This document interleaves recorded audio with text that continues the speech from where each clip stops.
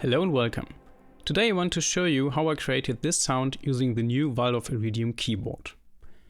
The special thing about this synthesizer is that it has a new keyboard using polyphonic aftertouch. I will demonstrate what this actually means. First I will turn down the effects of the sound. So aftertouch means that after you press the note, you can change it by pushing the key.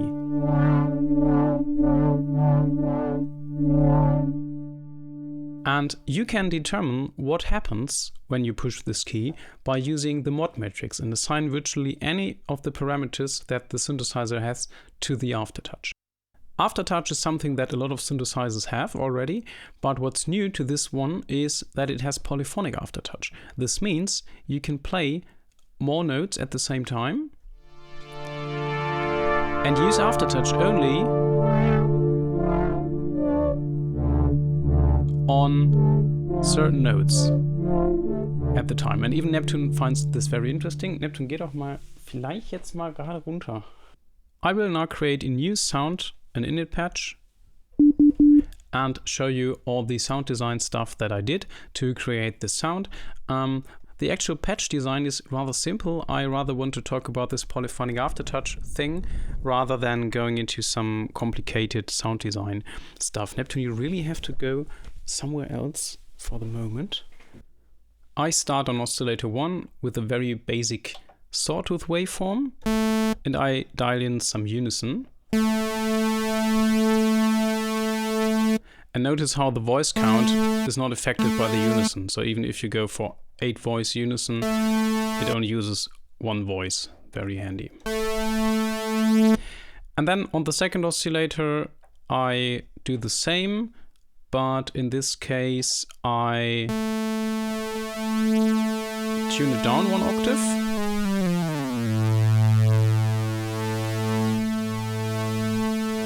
So that I have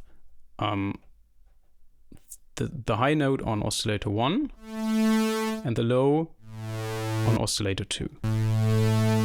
And now I will apply the first modulation with the aftertouch, because I want this low note only to play when I push the key a bit harder. So I go to the mod matrix, and then as a source I assign aftertouch, and as a destination I take oscillator 2 mix. And I will now completely reduce the volume of oscillator 2 to 0 and increase the modulation amount.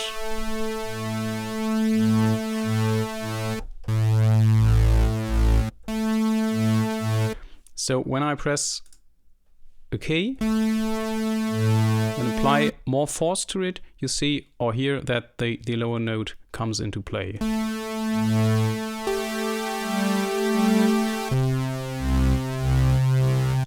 Right now this doesn't really sound like an ambient sound, so I will increase the attack and release time of the amp envelope.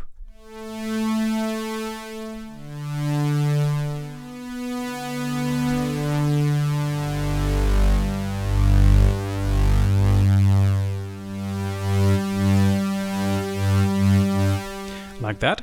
And now I want to close the filter a little bit to have a more darker tone. And I want to have a movement of the filter with every note that I play. So I will increase the envelope amount and set the envelope of the filter to something like this.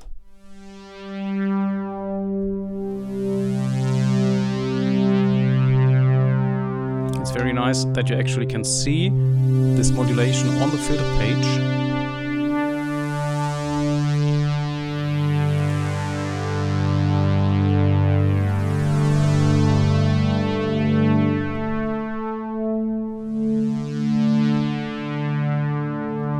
And now I want the filter to open again when I press the aftertouch. So I go back to the mod matrix, select the second slot or any other slot, and go to the aftertouch again, and as destination I select filter 1 cutoff.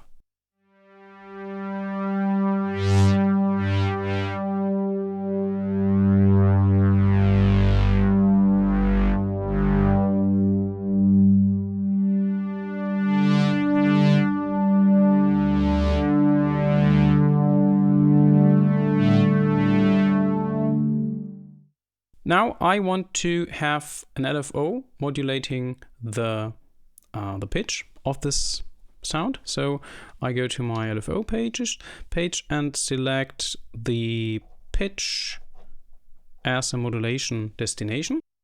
You have some dedicated controls for the LFO here on the right side of the panel, so I can increase the modulation amount and the speed.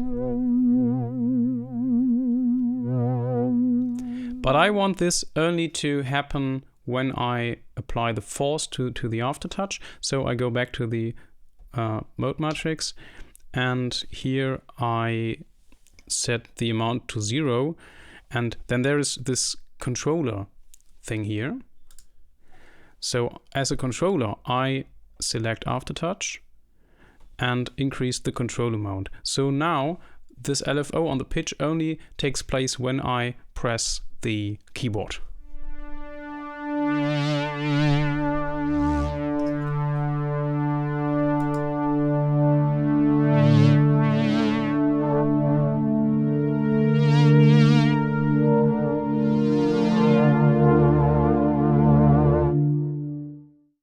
Now I want to go a bit more into the crazy stuff, so I go on oscillator 3 and select a simple sine wave as waveform here on oscillator 3.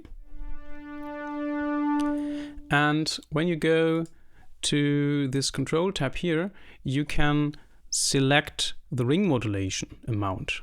So I completely open the ring modulation, and now nothing happens, of course, because when the pitch is the same in ring modulation of oscillator 1 modulating oscillator 3, nothing happens. But if you change the pitch of oscillator 3,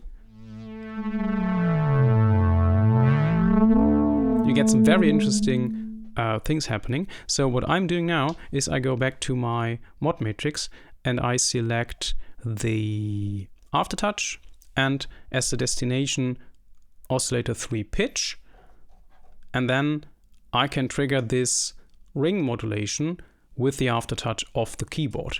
Sounds like this.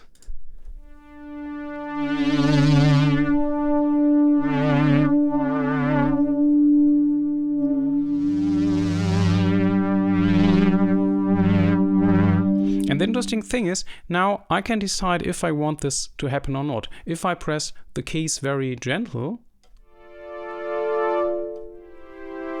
I need more release on the envelope.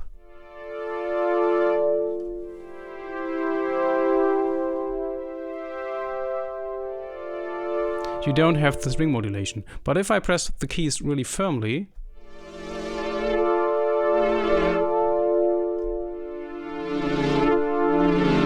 I instantly get this crazy modulation going on.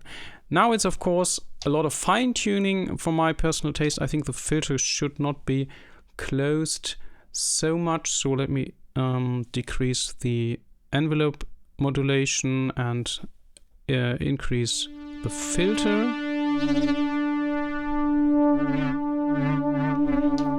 And the aftertouch should not affect the cutoff frequency so drastically.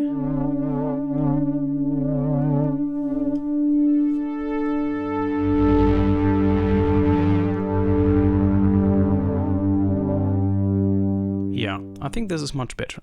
Now I want to come to something that makes me really happy, because I'm not sure if I completely missed this on one of the recent updates or if it's really something new for the Iridium keys, but in the effects section we have some improvements in the reverb going, because we have now a mod rate and a mod depth. I created some presets for the reverb, and I got this one that I really like a lot. And by the way, there are dedicated controls for the effects now on the panel. They were not available on the Iridium desktop. I think they had them on the Quantum, but for lack of space, ditched them in the desktop. So this is now back. And with the reverb, it sounds like this.